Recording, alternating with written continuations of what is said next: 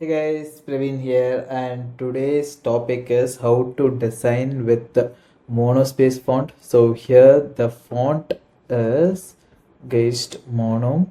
So the thing with monospace font is it has the same width for each letter.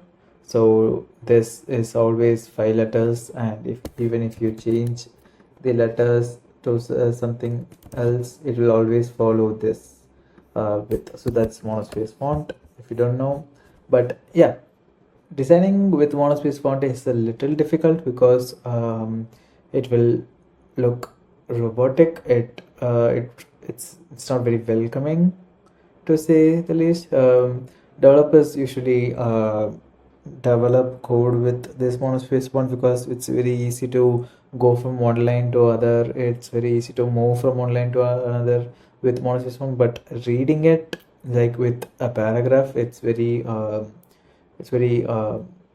not inviting. So I would not recommend you to design anything with full user facing thing with monospace font. But if you're developing something for maybe designers, they'll like it. But even so, it's very hard to read the monospace font all the time. So yeah, but let's see it in action here.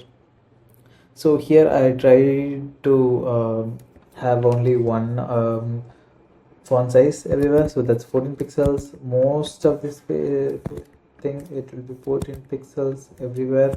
Some places like this heading, it will be 24, and this heading, it's this stat thing, it's 32, and maybe this heading, it's a little 18, things like that. And this will be a little smaller, 12, just to make space for just to pull your eyes to that thing. But everything else, so if you select everything here, or everything will be 14 pixels. So it's very similar to read and similar to go through everything. So yeah, that's the first thing. Have a similar font everywhere, so it's not jumping in your eyes.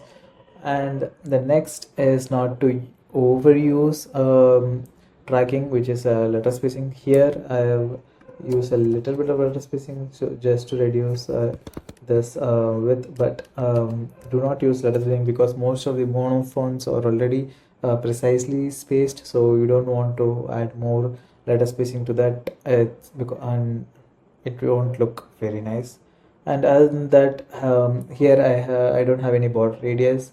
That's because to match with the whole aesthetic of monospace font. So that's a good thing to try it out. And the gray color is also a little more warm than most gray colors I use. So it's not bluish, which won't look good with the monospace font.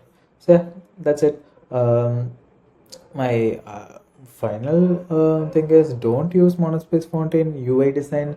If you're developing with something that handles code, and if you're developing something that's very very strictly for developers, so maybe you can use monospace font. But I wouldn't recommend it. It's not very welcoming. That's the thing. But yeah, that's it for this video. I'll see you in the next one. Bye bye.